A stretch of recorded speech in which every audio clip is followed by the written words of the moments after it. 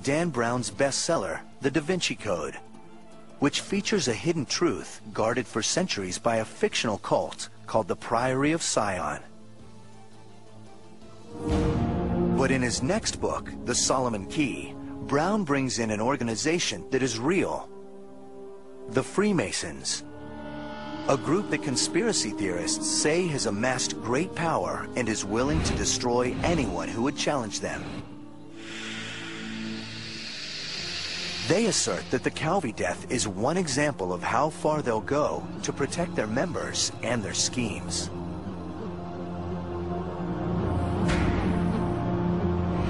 Another so-called example is the 2004 shooting death of William James in Long Island, New York. Reports claimed it was a Masonic rite. Before he was shot in the head, James was blindfolded, seated in a chair, and surrounded by tin cans. James had gone through most of the initiation process, and he had come to the point where there's a mock shooting in which a member of the club was going to pull out a gun, shoot blanks, and then some cans next to the initiate were to be knocked over by someone next to the cans. What happened tragically was that the person with the gun reached in his pocket, pulled out a loaded gun rather than the actual gun with the blanks in it. He shot and killed William James.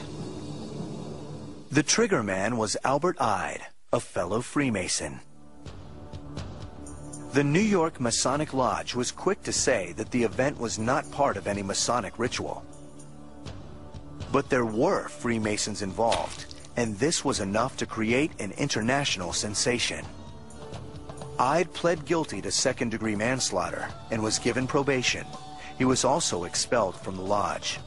If you break the law and you're convicted, then you will either have your membership suspended or, more often than not, thrown out completely and not be able to get back in because of what we believe Freemasonry stands for. But if that's the case, then why are Freemasons associated with violent deaths? One reason may be that their initiation rites involve a Masonic legend that goes back 3,000 years. And at the center of the tale is a murder. The story is based on a biblical account found in the Book of Kings. King Solomon built the temple to God in Jerusalem. His top architect was Hiram Abiff, seen here in the costume beard. Legend says he was an ancient Freemason. Hiram Abiff knew the secret password of the Master Mason, but as the temple neared completion, he was confronted by 3 lesser stoneworkers who wanted to learn the secret password, a word that would grant them wisdom and power. Would you give me the secret word of a Master Mason? I cannot. Each one threatened Hiram Abiff with death unless he gave up the secret, but Hiram refused. Wait until the temple is completed, then die. For that, he was killed with the tools of the Freemasons' trade. A death toll sounds, and Hiram's body is removed from the stage.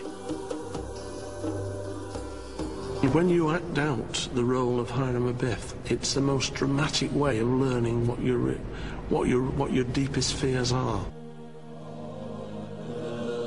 The 3 assassins plant an acacia tree over the grave. Then they try to board a ship to flee the realm, but they have no permission to leave.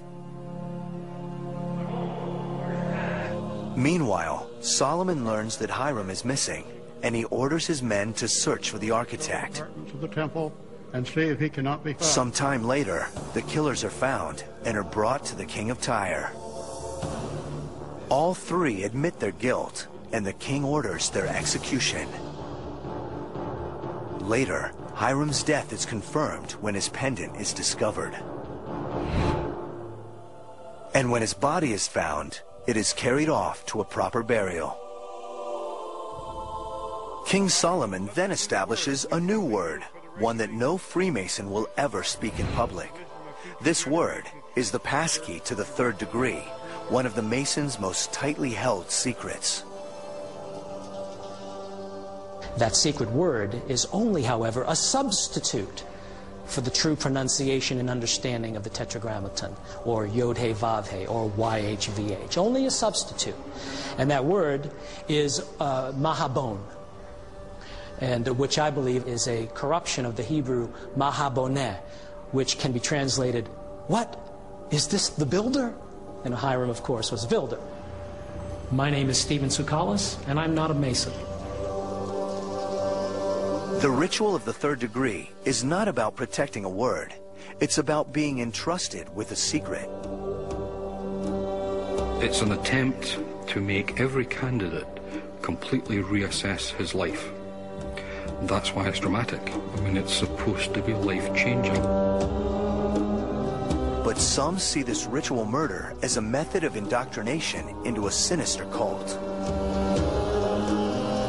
According to Masonic ritual, if you break your oaths, you will be murdered. That is the basic of the oath. And as you go up in degrees, the punishments become more bizarre, from having your throat slit to having your chest open perpendicular. In the higher degrees, the top of your head will be taken off and your brain will be exposed to the heat of the noonday sun. Naturally, the Masons regard all this as absurd. What we have today, unfortunately, is a situation where people now, especially non-Masons, look at what Freemasons do in these dramas, in these plays, and believe them to be literally true. And of course, they are not. But if this is the case, then why all the mystery? And why do some believe the Masons maintain their secrets with the threat of murder? The key lies in how Hiram Abiff ties the Masons to another secretive society, the Templar Knights, and to a 500-year conspiracy that some claim has shaped the course of history and created the modern world.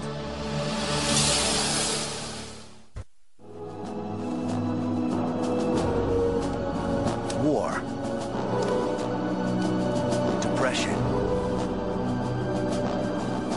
revolutions, religious movements. On the surface, they seem to be random events, independent forces all vying for money and influence. But is there a hidden order beneath it all?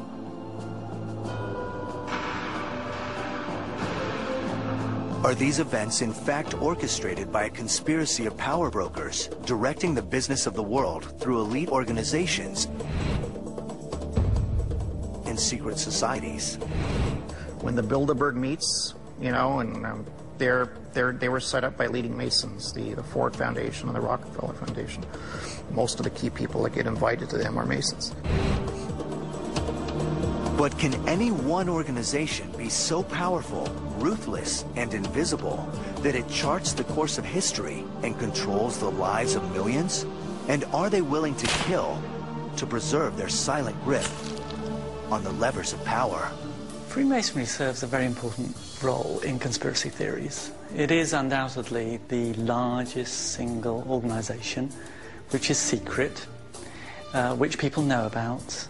It's international, it's found in every country. So it's a perfect vehicle to enable an international conspiracy to take effect. The story of Hiram Abiff suggests that the Masons go far back in history, to the designers of the Temple of Jerusalem. Some push it back even further, to the very founders of civilization. But how do these claims link the Freemasons of ancient times to the corridors of power today? Freemasonry has attracted the rich and the powerful and the influential, and certainly as it evolved out of its medieval guild roots, it evolved into an organization which did attract opinion formers, and it's undoubtedly, historically, a recruitment tool that you would be joining this group with esoteric secrets going back to Solomon.